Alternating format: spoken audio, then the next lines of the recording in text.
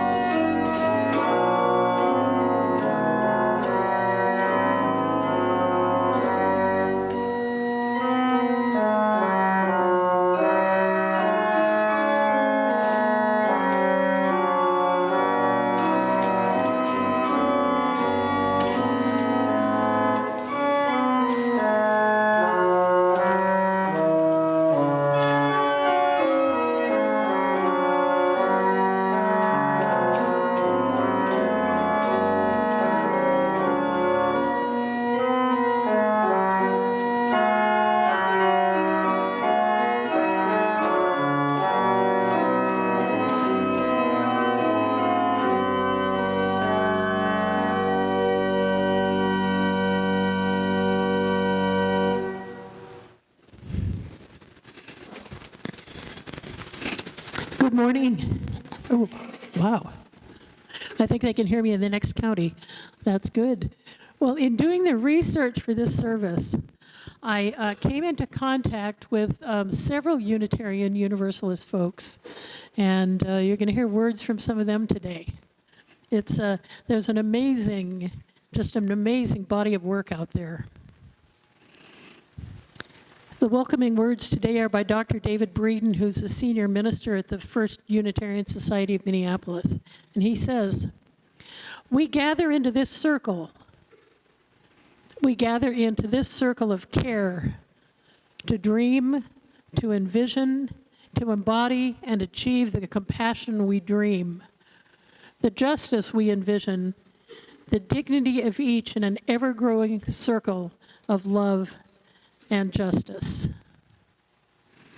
And now please join us in the words of our chalice lighting. This is our sacred promise, to gather together in peace, to seek truth in love, to serve human need, so that all shall grow in harmony with the divine.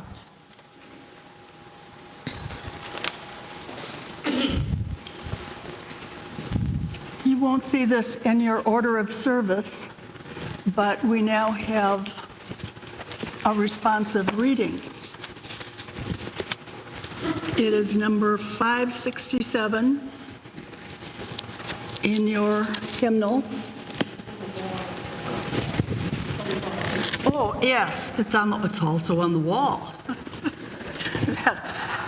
You can see that. This is a repeat of the one that was done last Sunday, because it is tied in very much with the theme for both weeks.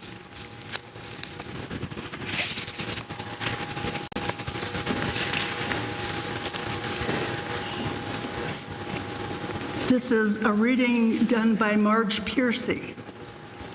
I want to be with people who submerge in the task,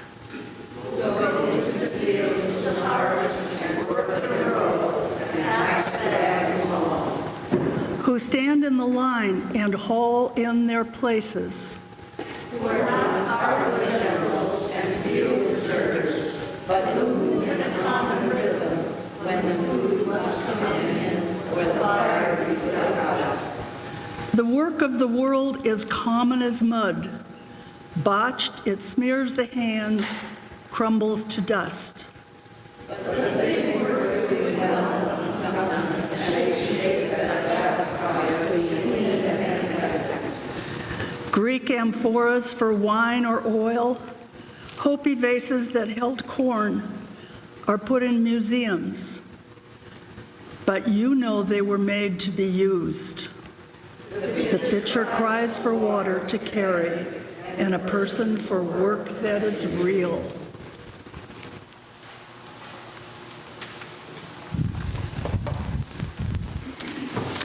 And now please stand and greet the beautiful people around you.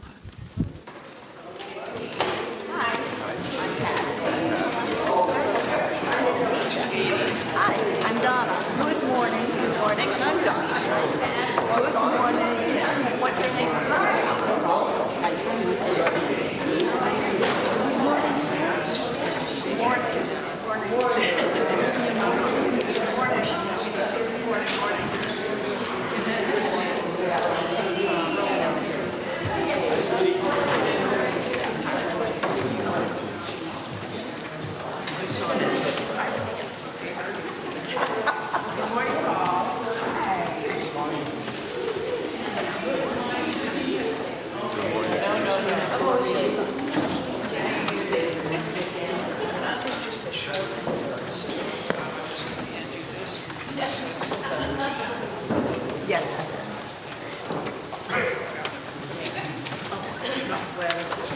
And before you get too comfortable, please stand and join us in singing hymn number 346, Come Sing a Song with Me.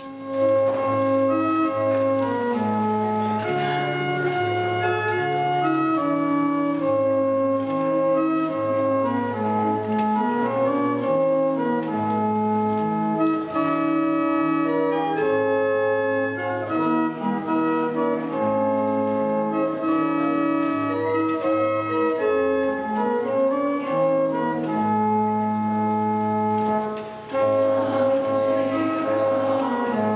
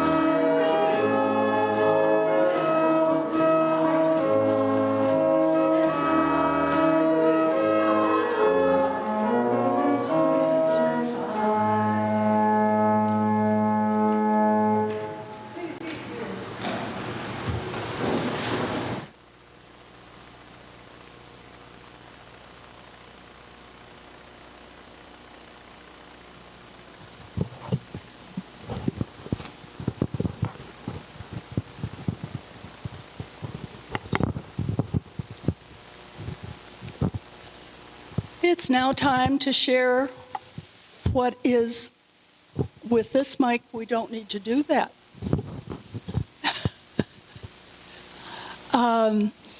Time to share what is in our hearts and in our minds. You may come forward and light a candle to share your deepest concerns or joys. Share your name if you like. It's not a time for political announcements. Those can come at another time. So, please join us. My name is Ray, and I'm here to say Brian is not here this weekend because he has gone away for the weekend, a long weekend, and I hope he's enjoying himself. And I wished him a safe trip down to Atlantic City and back. So, with that being said, my prayers are for him.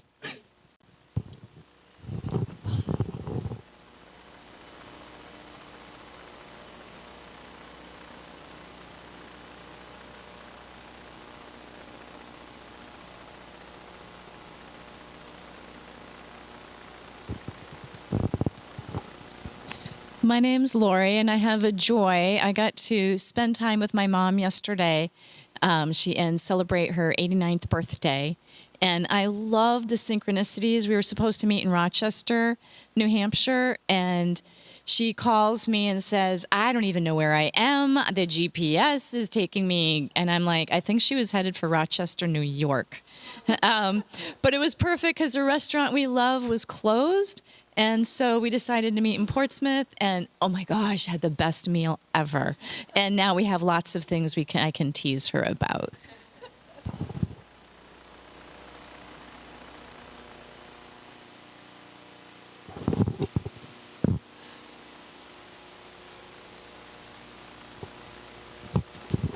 I lit a candle today because yesterday I had the privilege of hearing my oldest granddaughter sing the national anthem for her boyfriend's hockey game that they won. Go Skyhawks. And my other granddaughter's cheer competition was yesterday, and they came in first place.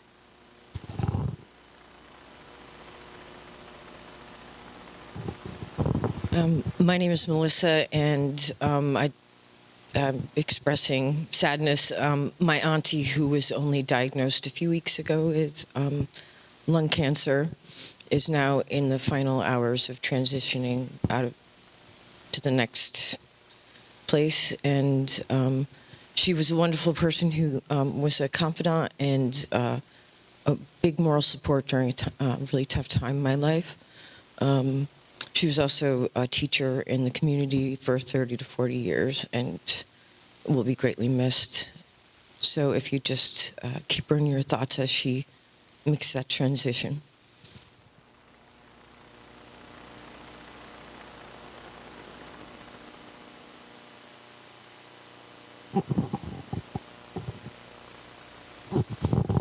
Hi, my name's Katie, and this is my first time here.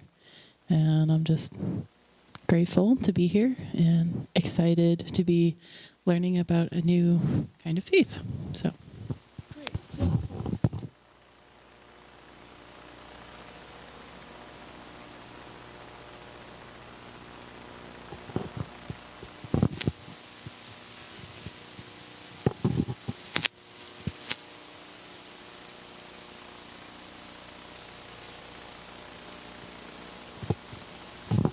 I light one last candle for the joys and sorrows left unspoken.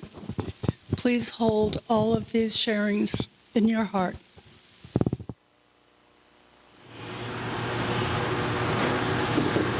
The story for all ages today will be on the wall because I'm not quite up to sitting on the steps yet. Maybe next week.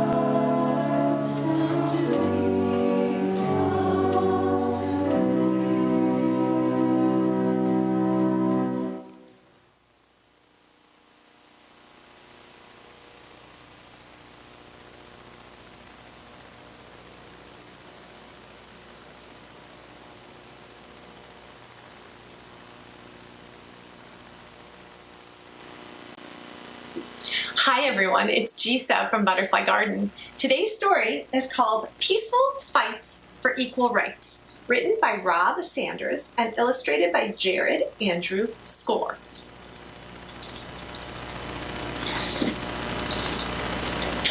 Assemble, take action, create allies.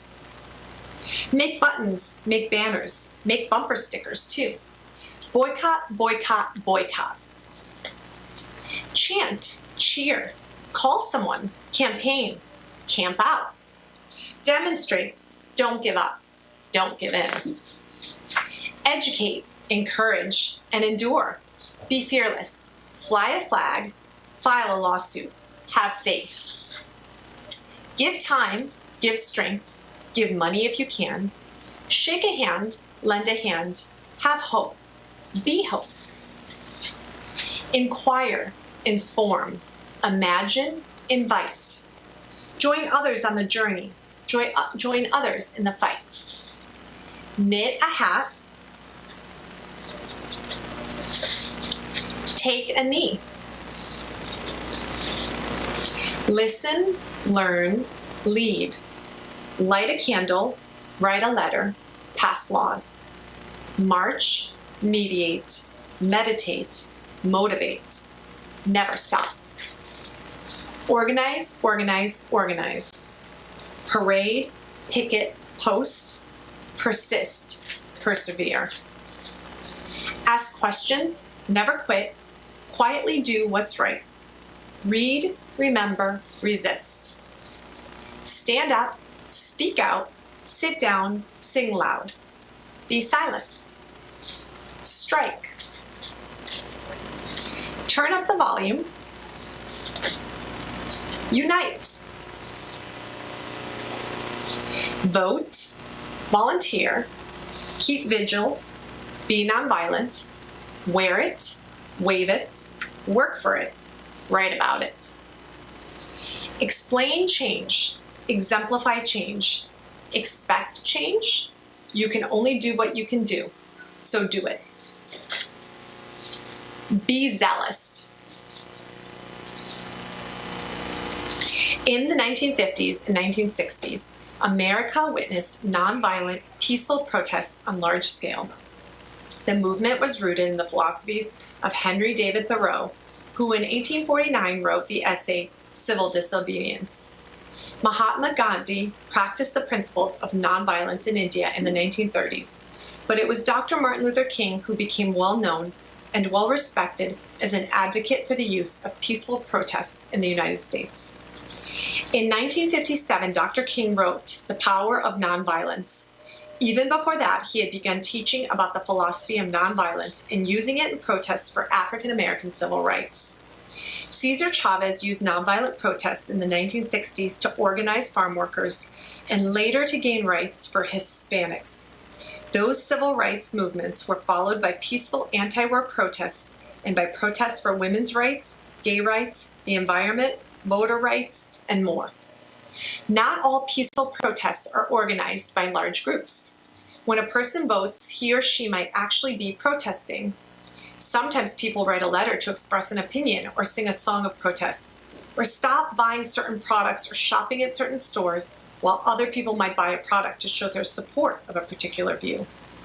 Some might wear a specific t-shirt or button, put a bumper sticker on their car, knit a hat, post on social media, or fly a flag to share their views and opinions in nonviolent ways. Others might light a candle, meditate about positive changes they wish to see, or pray. Some people file lawsuits in the hopes of overturning laws or creating new ones. In The Power of Nonviolence, Dr. King explained that the ultimate goal of nonviolent protest is not to humiliate or defeat the opponent, but to win his friendship and understanding. Dr. King said the outcome of nonviolent protest would be reconciliation and the creation of a beloved community. Shake a hand, lend a hand, have hope, and be hope.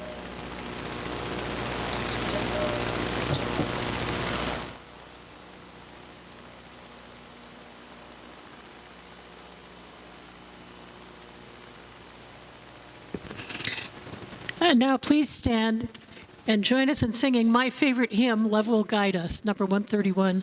The words are on the wall.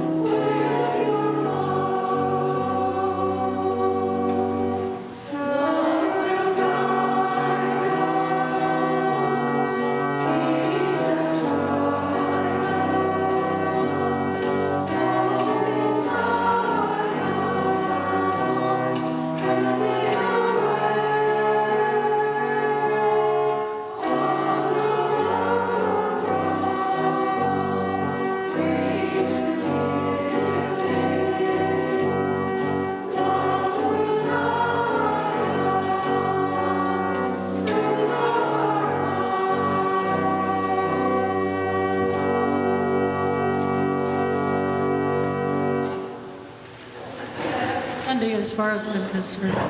I love that one. Love it.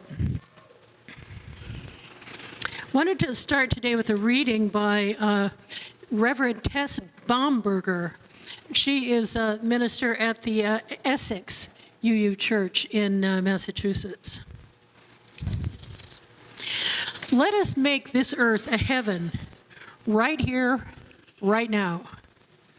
Who knows what existence death will bring? Let us create a heaven here on earth where love and truth and justice reign. Let us welcome all at our pearly gates, our freedom table amid singing and great rejoicing. Black, white, yellow, red, and all our lovely colors.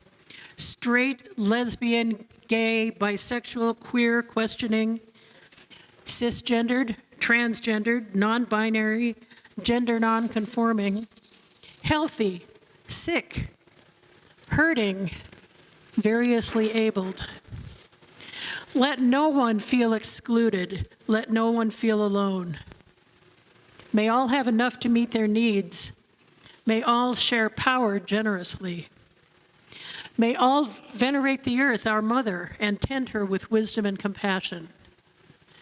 May we make our earth an Eden, a paradise. May no one wish to leave her. May hate, violence, and warfare cease to clash in causes too old and tired to name. Religion, nationalism, racism. The false god of gold, deep-rooted ethnic hatreds. May these all disperse and wane. May we see each other's true selves. May we all dwell together in peace and joy and understanding. Let us make a heaven here on earth before it is too late. Let us make this earth a heaven for each other's sake.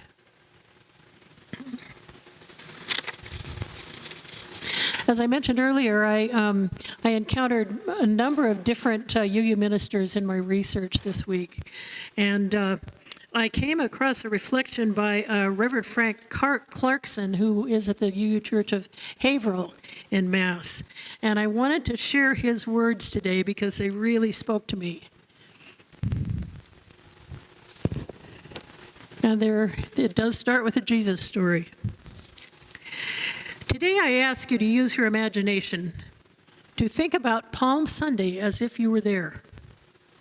To wonder, who would I be in the story? Would I be marching along with Jesus or in the crowd cheering him on?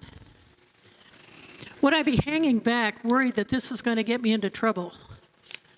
Would I be one of the religious leaders saying, this is not how we do things? Or one of the soldiers just trying to maintain the status quo? Today I ask you to imagine Palm Sunday as not just an old story, but as a reality that happens again and again. Jesus had been traveling around the countryside of Galilee with his followers, teaching and preaching, stirring up trouble with the authorities. People were asking, who is this guy who makes me feel more alive, more hopeful, more free? His disciples sensed his power and started to think it was good that they had gotten in on the ground floor with him, and that when Jesus became the king, they would have a place in the palace too.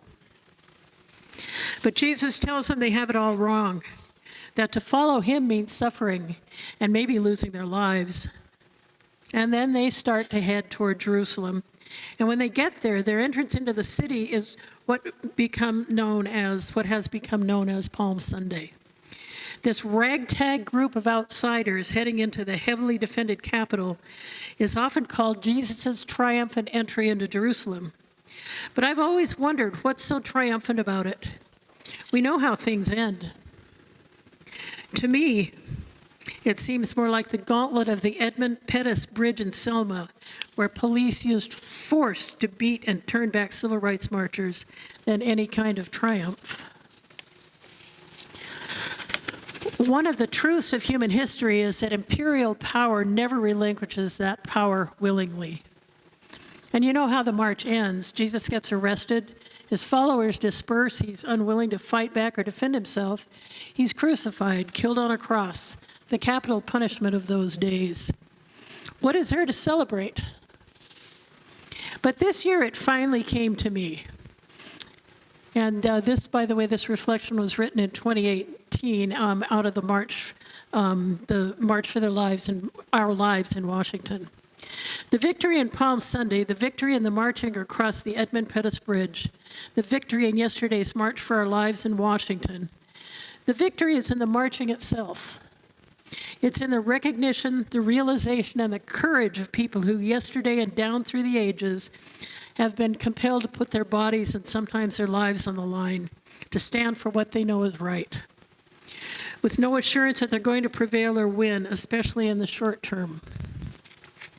When we choose to march, we're saying, I may not be able to control the outcome, but I can control. What I can control is what I do with my own body and my own life. And I choose to act. The victory is in joining the fight. And of course, there are different ways of showing up. There are many different ways to fight for what is right. However you do it, there is something powerful in voting with your feet, in joining with others and saying, we're here. We're here. See us, hear us, join us, and be part of the change we need in our world. Sometimes it seems that there is so much power arrayed against what's good and true and right. It's easy to feel resigned to how things are. But human history has been shaped again and again by people who used the power they had, just like us, their bodies and their voices and their presence, to stand up and change things, who trusted they were part of something larger than their individual lives. Back during the Civil Rights Movement, Medgar Evers said, you can kill a man, but you can't kill an idea. We need young and fearless prophets like Jesus and Moses and Martin Luther King, like Medgar Evers and the young people from Marjorie Stoneman Douglas High School. We need them to show us the way, to speak truth to power, which is what prophets have always done, and why it's such a risky occupation. because power doesn't like to be criticized and it doesn't like to be threatened. You heard young Emma Gonzalez criticize our leaders when all they're willing to offer is thoughts and prayers. Sometimes all I have are thoughts and prayers, and sometimes all I can do is pray and hold people in my heart. But he says, that's kind of my job. But we didn't elect our leaders to pray, we elected them to do things, good things and right things. Not that we need to wait for leaders to lead, we each have things to do, and we know that right here in this church. He says there's a piece of artwork in my office. It's an African proverb that says, when you pray, move your feet. When you pray, then do something. Put your prayers into action. See that you're meant to be God's hand and feet in the world. It would be easy to be discouraged these days. I know I am sometimes. Our world is kind of a mess. There's so much that is broken and in need of repair, but has there ever been a time when this was not the case? Each age has its struggles. The question is, what are we going to do about it? Are we going to resign ourselves to these troubles and say, what can I do? Or are we going to be people of faith and hope and love, as I know we are here in this church? We are the people that walk the talk. In the Jewish tradition, there's an understanding that the exodus from Egypt, the long walk from slavery to liberation, was not a one-time event. Michael Walzer writes, standing on the parted shores of history, we still believe what we were taught before we ever stood at Sinai's foot, that wherever we go, it is eternally Egypt, that there is a better place, a promised land, that the winding way to that promise passes through the wilderness, that there is no way to get from here to there except by joining hands and marching together. The journey from slavery to freedom, from brokenness to healing and transformation, calls us to leave what we know, to walk away from what is safe and predictable, to join with others as we make our way through the wilderness toward the promised land. There comes a time when you finally know what you have to do and you begin. You start putting one foot in front of the other. It's why Jesus and his followers left the safe countryside and went to Jerusalem on Palm Sunday to speak truth to power. It's why civil rights marchers crossed the Edmund Pettus Bridge and why Martin went to Memphis, where he was killed. He went there to stand with the striking garbage collectors, to lend his voice to their cause. He went because he had to, and he went because he could. It's why so many people took to the streets yesterday at the march, because they had no other choice but to stand up and march for their lives and say, this madness of killing our citizens, of killing our children, this madness has got to stop. None of us can do everything, but each of us can do something. And I'm going to read that line again. None of us can do everything, but each of us can do something. If you can't march, you can write letters. You can lift your voice. You can support the activists and the marchers. You can send money. You can reach out to someone in need. You can be kind. You can be a force for peace and goodness. You can have faith that though the journey may be long and hard, we will get there. But you know, the critical moment isn't when you arrive, it's when you decide to begin. Let no one be deluded that a knowledge of the path can substitute for putting one foot in front of the other. And if you feel tired, if you need some inspiration, look to the young and fearless prophets who through the ages have appeared to lead us on the way. Moses, Jesus, Martin Luther King Jr., in our own day, Emma Gonzalez, 11 years old, Naomi Wadler, and all the other people who are leading us out of this dark night of violence. Our human history is a long struggle of people to be free. Remember the recent example of South Africa, where a minority population of European immigrants invented a system to oppress the African majority and put systems in place to make that oppression last forever. But though injustice may have had its day, there is a longing in the human heart for freedom that will not be denied forever. Though the arc of the moral universe may be long, it does bend toward justice, and I believe that with all my heart. This was the faith of South Africans who struggled and marched and resisted and suffered until finally that oppressive system came down and they earned their freedom. And along the way, as they marched, they sang freedom songs that expressed their faith and helped them keep their courage. Songs like Freedom is Coming and Siyahamba, We Are Marching in the Light of God. Let this be our faith too. When you march, when you take a stand for justice and for truth, you never walk alone. That you have companions on the way and that you are marching in the presence of that power which is always on the side of love and justice. That the only way to get from here to there is by joining hands, marching together, marching in the light of God. And I wanted to conclude with a quote by Clarissa Pinkola Estes, and I wasn't able to find out much about who she is, but I like this quote. Ours is not the task of fixing the entire world all at once, but of stretching out to mend the part of the world that is within our reach. Any small, calm thing that one soul can do to help another soul, to assist some portion of this poor, suffering world will help immensely. It is not given to us to know which acts or by whom will cause the critical mass to tip toward an enduring good, but we believe it will happen. What is needed for dramatic change is an accumulation of acts, adding more, continuing. We know that it doesn't take everyone on earth to bring justice and peace, but only a small, determined group who will not give up during the first, the second, or the 100th gale. Amen. And I'd like to invite us now into a time of meditation. There is a quote here from Sharon Salzberg that said, I would never suggest that meditation, prayer, or positive thoughts are a replacement for action, but I know I need to connect to something bigger every day to have the energy to keep acting. So I'd invite you to sit comfortably in your seat, close your eyes if you're comfortable doing that. And I'd like to read again the first part of this quote, and then let's take about 5 minutes.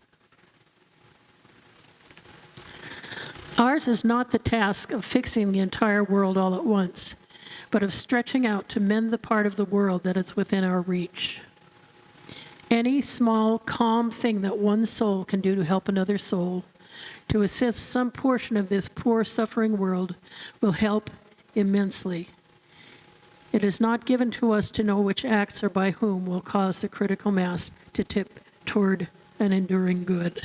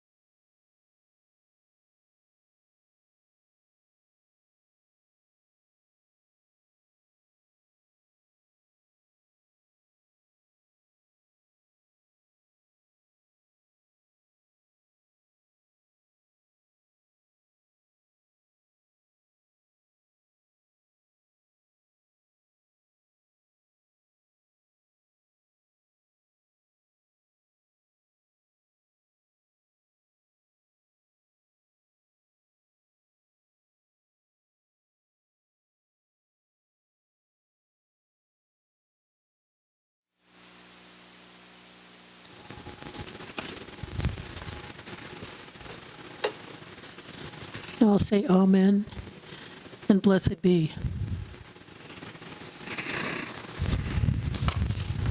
So this is a time when we offer folks a chance to share their monetary gifts for the work of this church and for the work of the wider world.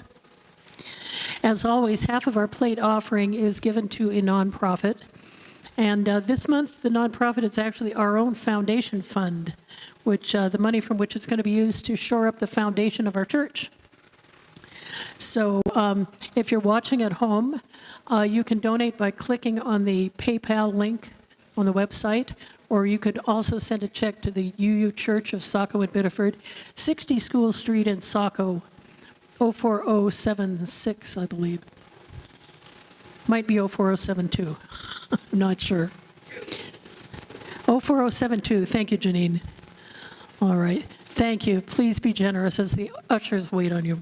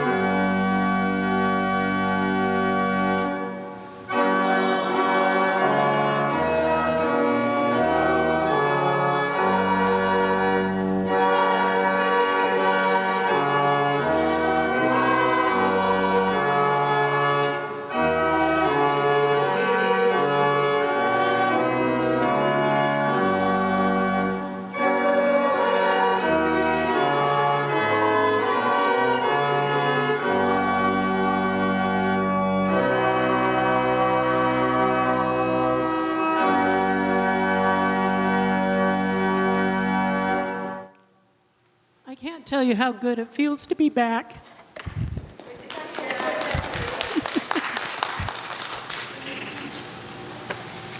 And please join us as we extinguish our chalice. As we release this flame from it today, we allow the spark of us to burn on, warm our compassion, to fire our delight, to light our paths today, tomorrow, and always. And our closing hymn, number 100, I've Got Peace Like a River.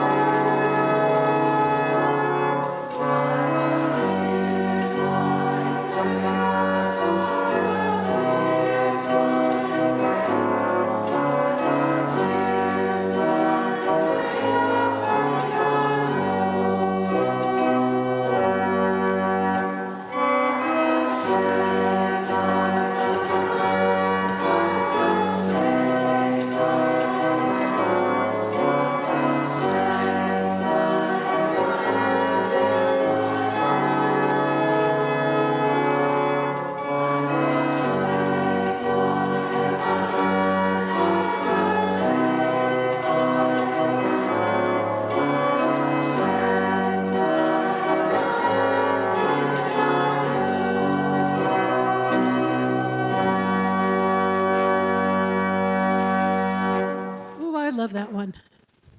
Love that one. So the closing words today are also from Tess Baumberger, who we heard from earlier. And this is in the form of a prayer to the Spirit of Life. She says, "We are your hands upon this earth. May we touch each other with gentle strength, offering healing, comfort, expressing love. Your arms are our arms. Give us strength to build the world according to the blueprints of compassion. We are your voice unto the nations. May we speak words of comfort, hope, and sing bravely songs of justice. Your feet are our feet. Guide them on the paths of righteousness, and when we become lost, find us. We are your body on this earth. Renew us who are your acting in the world, that we may experience joy, your joy, in the doing." Go in peace. Service is now concluded. Please remain seated for the postlude.